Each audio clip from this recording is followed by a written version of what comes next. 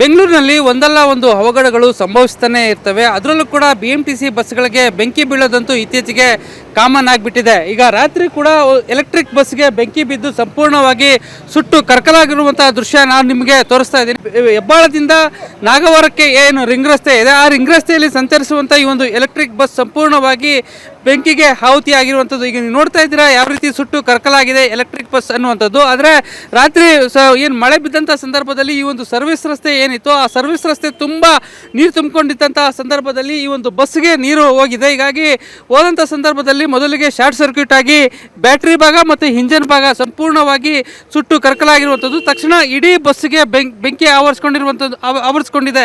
ಹೀಗಾಗಿ ಬಸ್ನಲ್ಲಿದ್ದಂತಹ ಪ್ರಯಾಣಿಕರನ್ನು ಕೂಡಲೇ ಕೆಳಗಿಳಿಸುವಂತಹ ಕೆಲಸವನ್ನು ಬಸ್ ಚಾಲಕರು ಮಾಡಿರುವಂಥದ್ದು. ಹೀಗಾಗಿ ಬಸ್ನಲ್ಲಿದ್ದಂತಹ ಪ್ರಯಾಣಿಕರಿಗೆ ಯಾವುದೇ ರೀತಿಯಾದಂತಹ ತೊಂದರೆಗಳಾಗಿಲ್ಲ. ಹೀಗಾಗಿ ಬಸ್ಸು ಸಂಪೂರ್ಣವಾಗಿ ಸುಟ್ಟು ಕರಕಲಾಗಿರುವಂತಹ ದೃಶ್ಯಗಳು ಈಗ ನೀವು ನೋಡ್ತಾ ಇದ್ದೀರಾ. ಯಾಕೆಂತಂದರೆ BBMP ಅವರು ಸಾಕಷ್ಟು ಸಂದರ್ಭದಲ್ಲಿ ಈ ಒಂದು ಸರ್ವಿಸ್ ರಸ್ತೆಯಲ್ಲಿ ಏನು ಮಳೆ ನೀರನ್ನು ಸರಾಗವಾಗಿ ಹರಿದು ಹೋಗೋದಕ್ಕೆ ವ್ಯವಸ್ಥೆಯನ್ನು ಮಾಡಬೇಕಾಗಿತ್ತು, ಆದರೆ ವ್ಯವಸ್ಥೆ ಮಾಡಿಲ್ಲ. ಅದ್ರ ಜೊತೆಗೆ ಏನಂತಂದರೆ ಈ ಒಂದು ರಿಂಗ್ ರಸ್ತೆ ಯಾವಾಗಲೂ ಕೂಡ ಟ್ರಾಫಿಕ್ ಆಗಿರುತ್ತದೆ. ಹೀಗಾಗಿ ಆ ಟ್ರಾಫಿಕನ್ನು ತಪ್ಪಿಸೋದಕ್ಕೆ ಈ ಒಂದು ಎಲೆಕ್ಟ್ರಿಕ್ ಬಸ್ದ ಚಾಲಕರು ಈ ಒಂದು ಸರ್ವಿಸ್ ರಸ್ತೆಗೆ ಬಂದಿದ್ದಾರೆ. ಸರ್ವಿಸ್ ರಸ್ತೆಗೆ ಬಂದಂಥ ಸಂದರ್ಭದಲ್ಲಿ ಈ ಒಂದು ರಸ್ತೆ ತುಂಬ ನೀರು ಸ್ಟಕ್ ಆಗಿತ್ತು. ಹೀಗಾಗಿ ಆ ಸ್ಟಕ್ ಆದಂಥ ನೀರಿನಲ್ಲಿ ಕೂಡ ಈ ಒಂದು ಬಸ್ ಸಿಲುಕಿದೆ. ಕೂಡಲೇ ಆ ಬಸ್ಗೆ ಏನು ನೀರು ನುಗ್ಗಿದಂತಹ ಸಂದರ್ಭದಲ್ಲಿ ಆ ಒಂದು ಬ್ಯಾಟ್ರಿಗೆ ಏನು ಶಾರ್ಟ್ ಸರ್ಕ್ಯೂಟ್ನಿಂದಾಗಿ ಹೊಗೆಯನ್ನು ಕಾಣಿಸ್ಕೊಂಡು ಕ್ಷಣಾರ್ಧದಲ್ಲಿ ಇಡೀ ಬಸ್ಗೆ ಬೆಂಕಿ ಬಿದ್ದಿದೆ.